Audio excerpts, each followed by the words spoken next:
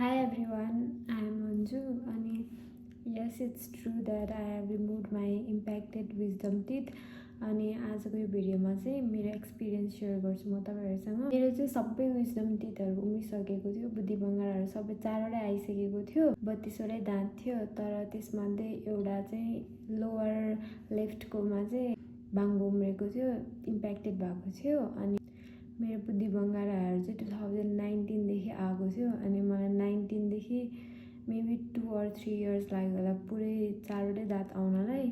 अनि 4वटै दाँत आउने बेला एकैचोटी आउँदैन, सबै दाँत एउटा दाँत आउन नि एकैचोटी आउँदैन, त्यो टाइम एन्ड अगेन पेन भइराख्छ अनि त्यसपछि बिस्तारै आउँछ। तर कोही कोही मान्छेहरुलाई चाहिँ थाहै नभइकन नि आउँदो रहेछ। मेरो केसमा चाहिँ त्यस्तो भएको थियो, त्यो दाँतहरु बिस्तारै आएको थियो अनि इच एन्ड एभ्री टाइम एकदम धेरै दुख्थ्यो। 2021 तिर चाहिँ डिस्कभर गरेको थिएँ मेरो यो लोअर लेफ्टको चाहिँ दाँत बाङ्गो उम्रेको छ, इम्प्याक्टेड भएको छ भनेर। अनि मैले धेरै ठाउँमा देखाएँ, धादिङमा, काठमाडौँमा अनि सबै ठाउँमा यही सजेस्ट गरेको थियो त्यो रिमुभ गराउनु, टाइममा रिमुभ गराउनु भनेर।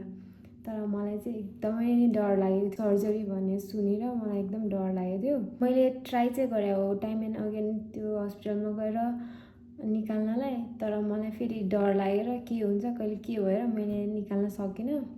अनि finally this time I have successfully removed in Patan hospital, जुन हस्पिटलमा पनि त्यो पहिला सुरुमा देखाउनु पर्छ अनि एक्सरे गर्नुहुन्छ अनि त्यसपछि मात्र डेट दिनुहुन्छ। मैले चाहिँ पहिला बीर हस्पिटलमा नि गराएको थियो, त्यहाँ पनि त्यस्तै भएको थियो, पहिला डेट लिनुपर्छ अनि मात्र पछि उहाँहरूले भनेकै डेटमा चाहिँ एक्सरे के भन्छ सर्जरी हुन्छ। मेरो चाहिँ फेब्रुअरी 16 मा चाहिँ पाटन हस्पिटलमा सर्जरी भएको थियो अनि my surgery took almost around 45 minutes to 1 hour जति लागेको थियो। अनि त्यति बेला चाहिँ मलाई के भन्ने मैले अब त्यति बेला डक्टरले आइज क्लोज गर्न दिनु हुँदैन अनि सबै डिभाइसेसहरु देख्छ अनि जब त्यो इक्विपमेन्ट्सहरु देख्दा चाहिँ डर लाग्ने हो। अनि तर त्यो नम गरिदिनु भएको अनि त्यसपछि नम गरेपछि मलाई अलिअलि चाहिँ पेन भइरहेको थियो। उहाँहरूले जे गर्नुभएको थियो त्यो सबै फिल चाहिँ भएको थियो।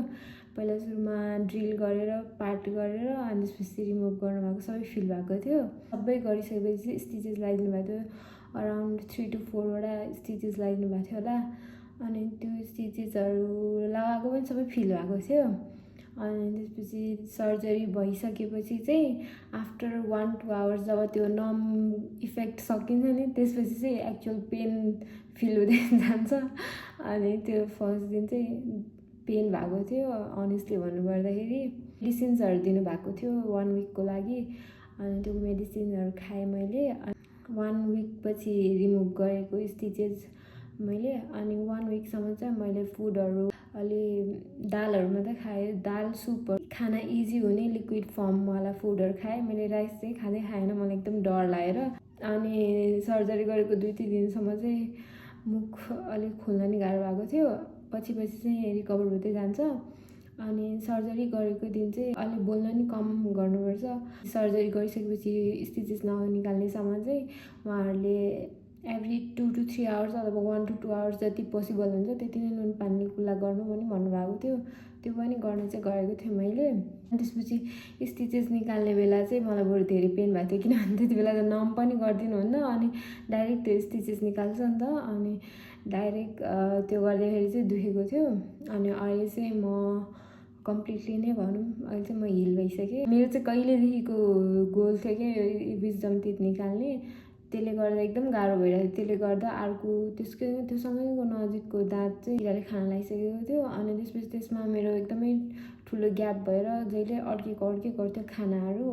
अनि त्यही भएर मलाई चाहिँ जसरी निकाल्नै थियो फाइनली मैले निकालेँ। I am so happy about it. र अहिले फेरि मलाई डक्टरले के भन्नुभएको छ भने 6 वटा टुथमा चाहिँ फिलिङ गर्नुपर्ने भन्नुभएको छ and I am very scared about it.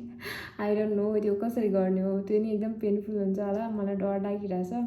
अनि खासमा मेरो चाहिँ ओभर बाइटको इस्यु छ जस्तो लाग्छ मलाई। मेरो ओभर बाइट छ अनि मलाई चाहिँ कहिलेदेखि ब्रेसेस हाल्न मन लाग्यो, तर मलाई चाहिँ अहिले टिकटकमा युट्युबमा सबैमा त्यो इन्टरनेटहरुमा एक्सप्लोर गर्दा गर्दा थाहा भइसक्यो नि त ब्रेसेस लाउन कति गाह्रो रहेछ भनेर।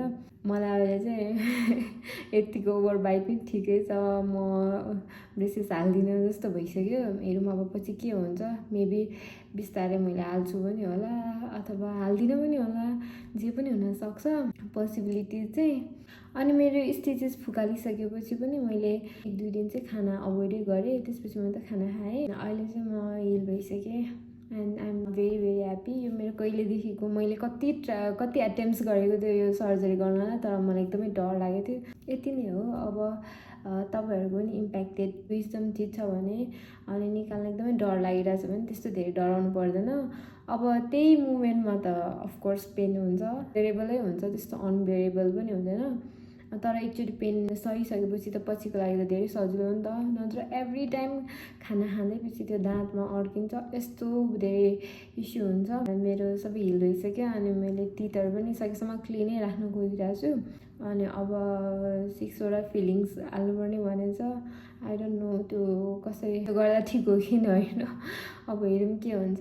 मेरो चाहिँ यति नै हो विजडम टिथ रिमुभलको journey. Thanks for watching, thanks for hearing my story, thank you so much. यति नै हो आजलाई। Keep watching, bye by.